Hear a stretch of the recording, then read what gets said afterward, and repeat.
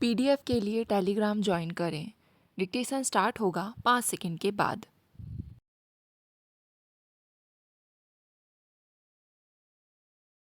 अधिष्ठाता महोदय, यहाँ भारत में और शायद और जगहों में भी सरकार की गतिविधियों का योजनाबद्ध ढंग से विकास हुआ है और उनमें जटिलता आई है। सरकारी कर्मचारियों की भी संख्या बढ़ी है और जो लोग तथाकथित पार्किसन नियम की दुहाई देते हैं, उनमें बहुतेरे लोगों का उद्देश्य धैर्य कुशलता लाना नहीं है, बल्कि सरकार द्वारा नई जिम्मेदारियों को लेने से आनाकानी करना है। जैसे जैसे जनता का आग्रह और उसकी आवश्यकताएं बढ़ती गई हैं, सरकारी कामकाज भी बढ़े हैं। हमारे देश ने सरकार और सरकारी स्टाफ के संबंध में नकारात्मक रवैये को स्वीकार ना करके उचित ही किया है।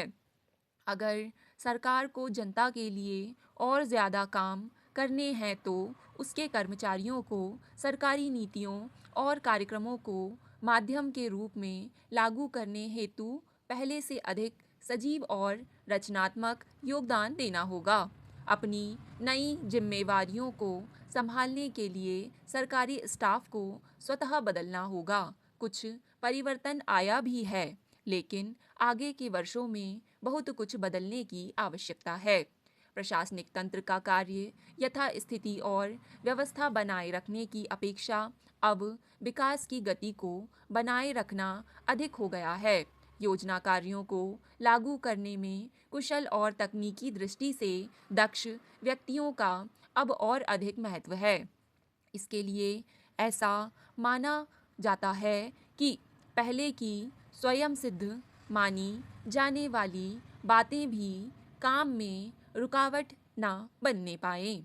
साथ ही साधारण प्रशासक को स्वयं भी आर्थिक और तकनीकी तत्वों की ज़्यादा गहरी जानकारी होनी चाहिए। आज प्रत्येक देश में विशेषज्ञों और साधारण प्रशासकों के बीच संघर्ष की स्थिति पाई जाती है। हमारा उद्देश्य यह होना चाहिए कि देश को इन दोनों से सर्वोत्तम लाभ मिल सके। कभी कभी मुझे पता चलता है कि हमारे विशेषज्ञ पर्याप्त विशेषज्ञता से युक्त नहीं होते और वे आपसी लड़ाई झगड़ों तथा अपने को औरों से श्रेष्ठ समझने की मानवोचित दुर्बलता से भी ऊपर नहीं होते।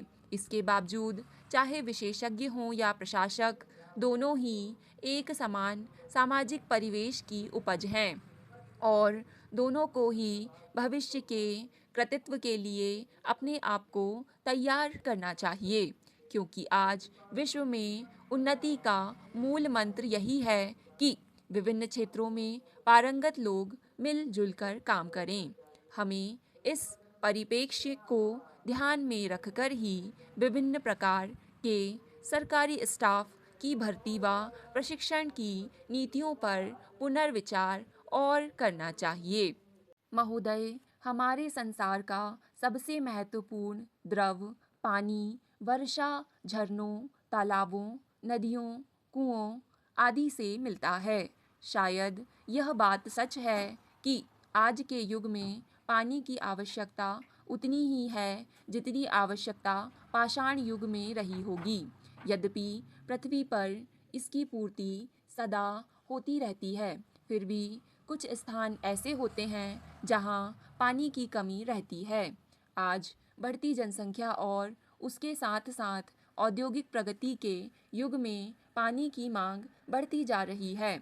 लगता है घरों और कल कारखानों में पानी पर राशन करना पड़ेगा। इसे रोकने के लिए कोई ऐसा तरीका निकालना होगा जिससे समुद्र से पर्याप्त शुद्ध जल मिल सके। इसलिए अब यह बहुत आवश्यक है कि जल का संरक्षण किया जाए।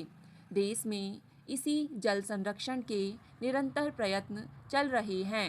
नई दिल्ली में अप्रैल 1998 में राष्ट्रीय जल संसाधन समारोह आयोजित किया गया। फिर संपूर्ण देश के 1000 स्थानों में इस प्रकार के समारोह आयोजित किए गए। पर्यावरण में जल के महत्व को देखते हुए इस बार का मुख्य विषय जल और पर्यावरण रखा गया है। सरकार ने यह माना है कि जल संसाधन सबसे महत्वपूर्ण राष्ट्रीय संपदा है और यहाँ यही राष्ट्रीय आर्थिक संपदा तथा स्थायित्व की कुंजी है। पानी हर समय एक सा नहीं मिलता, इसलिए इसके नियोजन, विकास, संरक्षण तथा उपयोग की सबसे ज़्यादा आवश्यकता है। कृषि में, पीने के लिए, उद्योगों आदि में पानी की आवश्यकता दिन प्रतिदिन बढ़ती जा रही है। स्वतंत्रता के बाद पंचवर्षीय योजनाओं में जल की व्यवस्था करने के प्रयास किए गए हैं, लेकिन जल के उपयोगों, फार्म जल संरक्षण, जल की किस्म तथा प्रयुक्त जल के निपटान की और पर्याप्त ध्यान नहीं दिया गया है।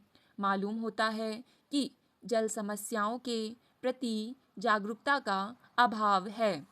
जल संसाधन मंत्रालय का कहना है कि हर वर्ष लोगों में यही जागरूकता लाने के प्रयत्न किए जाते हैं।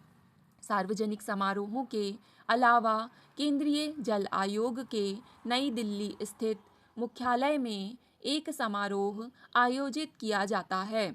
इस आयोग की स्थापना 1 अप्रैल 1945 में की गई थी। नई दिल्ली समारोह में जल संसाधन मंत्री ने जल संसाधन विकास तथा पर्यावरण प्रबंध की आवश्यकता पर बल दिया। इसमें सफलता प्राप्त करने के लिए हमें वन रोपण, मानव आवास, उद्योगों आदि में समन्वय स्थापित करना होगा। महोदय, इन उद्देश्यों की पूर्ति के लिए प्रशासन को परिवर्तन और विकास की आवश्यकताओं के प्रति सजग होना चाहिए और इन्हें संभव बनाने के लिए उसमें तकनीकी दक्षता, आवश्यक ज्ञान तथा वांछनीय मनोवृत्ति होनी चाहिए। दुनिया में कोई भी वस्तु कभी भी जैसी की जैसी नहीं रहती और हम एक ऐसे समय से होकर गुजर रहे हैं जब चीज़ें पहले से कहीं ज़्यादा तेज़ी से आगे आगे बढ़ रही हैं। इसलिए हम जो भी योजना या कार्यक्रम प्रारंभ करें, हमें सदा भविष्य पर नज़र रखनी चाहिए, उन सबसे भी जिसका हम प्रशिक्षण ले रहे हों। हमें आज की विशिष्ट परिस्थिति के बारे में नहीं सोचना चाहिए, बल्कि उसके साथ ही भविष्य की ओर भी देखना चाहिए, जिससे हम सोच सकें कि जैसे जैसे हम एक एक कदम आगे बढ़ें, वर्ष दर वर्ष किस प्रकार स्थिति में सुधार लाते चलें। मैं देखती हूँ कि आज इसी की कमी है। इसे शिक्षा प्रणाली में न केवल हमारे देश में बल्कि अन्य देशों में भी देखा जा सकता है। सर्वत्र लोगों को सामाजिक यथास्थिति के लिए तैयार किया जा रहा है। जो परिस्थितियां हैं, उनके लिए शिक्षण दिया जा रहा है। डिक्टेशन पसंद आए तो वीडियो को लाइक तथा चैनल को सब्सक्राइब ज़रूर करें।